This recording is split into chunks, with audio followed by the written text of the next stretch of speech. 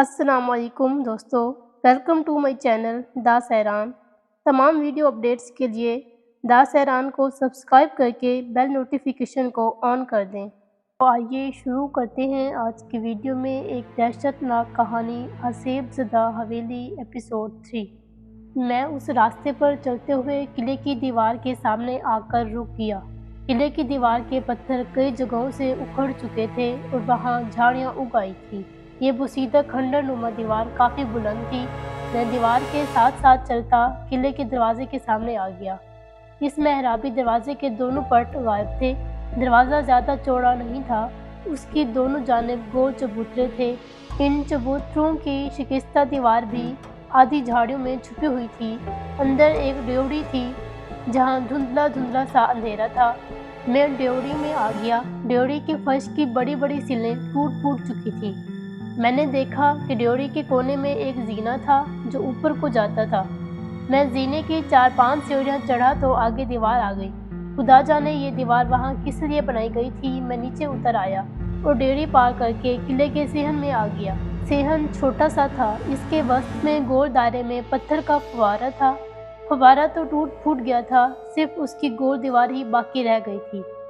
فوارے کے اندر گھاس اگ رہی تھی۔ فوارے کی دوسری جانب پھر ایک چھتی ہوئی سرنگ نما ڈیوڑی تھی۔ میں آہستہ آہستہ قدم اٹھاتا اس سرنگ نما ڈیوڑی سے بھی گزر گیا۔ اب میں رانی بائی کے قلعے کے درمیانی حصے میں تھا۔ یہاں 3 جانب راہداریاں تھیں، ان کے سنگ مرمر کے پتلے پتلے ستون تھے۔ راہداریوں کے اوپر محل کے جھروکے تھے جن کی 12 دریوں کے ساتھ جنگلی بیلیں لپٹی ہوئی تھیں۔ یہ یقینی طور پر رانی بائی کا وہ محل تھا جو اس کے عاشق یا خاوند مغل صوبیدار نے اس کے لیے خاص طور پر بنوایا تھا۔ میں خاموش کھڑا یہ سب کچھ دیکھ رہا تھا۔ جس چیز نے مجھے اپنی طرف متوجہ کیا وہ صحن میں ایک طرف گول چبوترے پر بنی ہوئی چھوٹی سی 12 دری تھی۔ میں 12 دری کے پاس آ گیا۔ 12 دری کے اندر ایک مخروطی برجی تھی۔ میں سمجھ گیا کہ یہ رانی بائی کی وہ بڑی ہے جہاں رانی بائی کے قتل ہونے کے بعد اس کی لاش کو جلا کر اس کی ہڈیاں یعنی پھوٹ دفن کیے گئے تھے۔ چبوترے کا فرش بھی ٹوٹ پھوٹ چکا تھا اور کہیں کہیں گھاس اگ آئی تھی۔ مڑی کی برجی کا رنگ بھی بارشوں اور دھوپ کی وجہ سے سیاہ پڑ چکا تھا۔ میں مڑی کے چبوترے سے اتر کر راہداری میں پھرنے لگا۔ ایک جگہ سے زینہ اوپر محل کے چوبارے کو جاتا تھا۔ میں زینہ طے کر کے اوپر آ گیا۔ ایک نیم تاریک چھوٹا سا خالی کمرہ تھا جس کی سیاہ دیواریں گویا آگے کو جھکی ہوئی تھی۔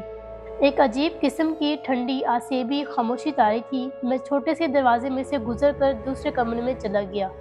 یہ مستطیل کمرہ تھا اور اس کے جنگل کی جانب 3 جھروکے تھے۔ ایک جھروکے میں سے چھوٹی سی گیلری باہر کو نکلی ہوئی تھی مگر گیلری کا فرش غائب تھا اور نیچے گہرائی میں زمین نظر آ رہی تھی۔ میں اس لمبے کمرے میں سے بھی گزر گیا۔ کمرے کے آخر میں پتھر کی 3 سیڑھیاں چڑھ کر میں ایک اور گیلری میں آ گیا۔ یہ گیلری ایک بڑے سے ہال کے کمرے کی دیوار کے ساتھ نصف دائرے کی شکل میں بنی ہوئی تھی۔ گیلری کا جنگلہ جالی دار پتھروں کا تھا اور فرش سے 2-2.5 فٹ اونچا تھا۔ میں نے نیچے جھانک کر دیکھا۔ نیچے گول ہال کمرہ تھا جس کے وسط میں ایک گول چبوترا تھا۔ اس چبوترے پر سنگ سرخ کا ایک تخت بنا ہوا تھا۔ تخت خالی تھا۔ ہال کمرے کی ایک جانب دیوار میں ایک چھوٹا محراب دار دروازہ تھا جس کے اندر اندھیرا چھایا ہوا تھا۔ میں ایک مسلمان سیاح کی حیثیت سے یہ سب کچھ دیکھ رہا تھا۔ میرے ذہن پر خوف کا شائبہ تک نہیں تھا۔ مجھے اس 300 سال پرانے قلعے میں ابھی تک کوئی بھی عقل کو حیران کر دینے والی یا رونگٹے کھڑے کر دینے والی کوئی شے نظر نہیں آئی تھی۔ مجھے ان لوگوں پر ہنسی آ رہی تھی جنہوں نے اس قلعے کے بارے میں عجیب و غریب آسیبی کہانیاں گھڑ رکھی تھی۔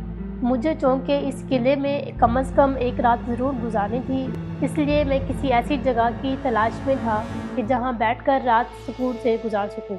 میں گیلری والے ہال کمرے سے نکل کر اس کے ساتھ والے چھوٹے کمرے میں آ گیا تھا۔ یہاں جنگل والے تالاب کے رخ پر ایک چھوٹا سا جھروکا بنا ہوا تھا جس میں سے تازہ ہوا بھی اندر آ رہی تھی۔ میں وہیں جھروکے کے پاس بیٹھ گیا۔ ابھی بیٹھے رہنے کے سوائے میرا اور کوئی کام نہیں تھا۔ میں یہ معلوم کرنا چاہتا تھا کہ یہ جو لوگوں نے مشہور کر دیا ہے کہ رانی بائی کا قلعہ حسیب زدہ ہے اور آدھی آدھی راتوں کو اس قلعے میں سے کسی عورت کے دردناک گیت اور سسکیاں بھرنے کی آوازیں آتی ہیں، اس کی کیا حقیقت ہے۔ کچھ دیر میں رانی بائی کے قلعے سے باہر آ کر تالاب کے کنارے ادھر ادھر پھرتا رہا۔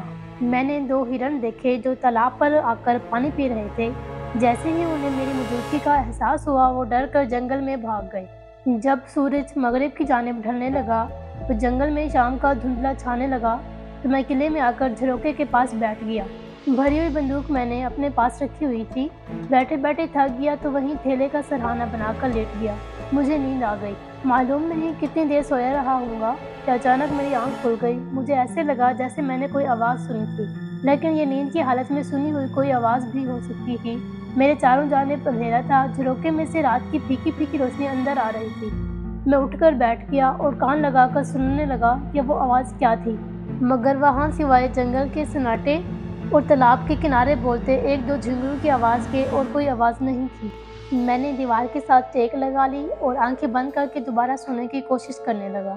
مجھے آنکھیں بند کیے بمشکل 1-1.5 منٹ ہی گزرا ہوگا کہ مجھے ایسی آواز سنائی دی جیسے کسی نے آہ بھرنے کے انداز میں گہرا سانس لیا ہو۔ میں نے دیوار کے ساتھ بیٹھے بیٹھے آنکھیں کھول دی اور اندھیرے میں آنکھیں پھاڑ پھاڑ کر دیکھنے لگا۔ میں نے جیب سے لائٹر نکال کر جلایا۔ لائٹر کی روشنی نے اس چھوٹے سے پرانے کمرے کی تاریکی کو تھوڑی دیر کے لیے روشن کر دیا۔ کمرہ بالکل خالی تھا۔ میں نے لائٹر بجھا کر جیب میں ڈالا تو مجھے ایک بڑی پراسرار سی خوشبو کا احساس ہوا۔ اس قسم کی خوشبو میں نے پہلے کبھی محسوس نہیں کی تھی۔ شاید وہ خواب میں دیکھے ہوئے باغ کی خوشبو تھی۔ اس کے ساتھ ہی کسی کے لباس کی سرسراہٹ سنائی دی۔ ایسے لگا جیسے کوئی ریشمی لباس والی عورت میرے قریب سے گزر گئی ہو۔ میں نے جلدی سے دوبارہ لائٹر جلایا۔ کمرہ خالی تھا، وہاں کوئی بھی نہیں تھا، لیکن میں نے اپنے ہوش و حواس کے ساتھ کسی عورت کے آہ بھرنے اور اس کے ریشمی ملبوس کی خوشبو محسوس کی تھی۔ اس کے بعد ایک بار پھر وہی پراسرار سناٹا چھا گیا۔ اب میں اٹھ کر بیٹھ گیا تھا۔ میں سمجھ گیا تھا کہ کچھ نہ کچھ ہونے والا ہے۔ اچانک جنگل میں سے انسانی چیخوں کی آوازیں بلند ہوئیں۔ یقین کریں، میں جو اپنی طرف سے بڑا حقیقت پرست اور بہادر بنتا تھا، ایک بار میں بھی خوف سے لرز گیا۔ ایسے لگ رہا تھا جیسے کسی درندے نے اچانک کسی انسان کو دبوچ لیا ہو اور اسے پھاڑ رہا ہو۔ دوسرے لمحے چیخوں کی آواز بند ہو گئی اور جنگل کی خاموشی اور زیادہ گہری اور دہشت ناک ہو گئی۔ مجھے یاد آ گیا اس قلعے کے بارے میں یہ بات بھی مشہور تھی کہ قلعے کے آس پاس جنگل میں سے رات کے وقت ان بد نصیب انسانوں کی چیخیں سنائی دیتی ہیں جنہیں جنگلی درندوں نے ہڑپ کیا تھا۔ میں سوچ میں پڑ گیا، اس کا کم یہ روایت ضرور سچی تھی۔ میری نیند غائب ہو چکی تھی۔ میں قلعے کے چھوٹے سے ویران کمرے کے جھروکے کے پاس کان لگائے اس انتظار میں بیٹھا تھا کہ دیکھیں اب کون سی آواز سنائی دیتی ہے۔ میں نے لائٹر جلا کر اپنی کلائی پر بندھی ہوئی گھڑی پر نگاہ ڈالی۔ رات کے 11:15 بج رہے تھے۔ میں نے گردن اونچی کر کے پتھر کے جھروکے میں سے باہر دیکھا۔ جنگل ایسے ساکت اور خاموش تھا جیسے کسی نے اس پر جادو پھونک دیا ہو۔ میں نے جنگل کی کئی راتیں دیکھی تھیں۔ جنگل کتنا ہی خاموش کیوں نہ ہو، اس کی خاموشی میں بھی کوئی نہ کوئی آواز ضرور سنائی دے جاتی ہے، لیکن اس جنگل میں تو موت کی خاموشی چھا گئی تھی۔ ایسے لگتا تھا جیسے جنگل کی ہر چیز بے جان ہو گئی ہے یا پھر کسی نے جنگل کی ہر شے پر خاموشی کا طلسم پھونک دیا ہے۔ میں اعتراف کرتا ہوں کہ اس بے جان خاموشی کا اثر مجھ پر بھی ہونے لگا تھا اور مجھے یوں محسوس ہونے لگا تھا جیسے میرے دل نے بھی دھڑکنا بند کر دیا ہے، اور میں نے جلدی سے اپنا ہاتھ سینے پر رکھا۔ میرا دل دھڑک رہا تھا، مگر اس کی دھڑکن بڑی مشکل سے محسوس ہو رہی تھی۔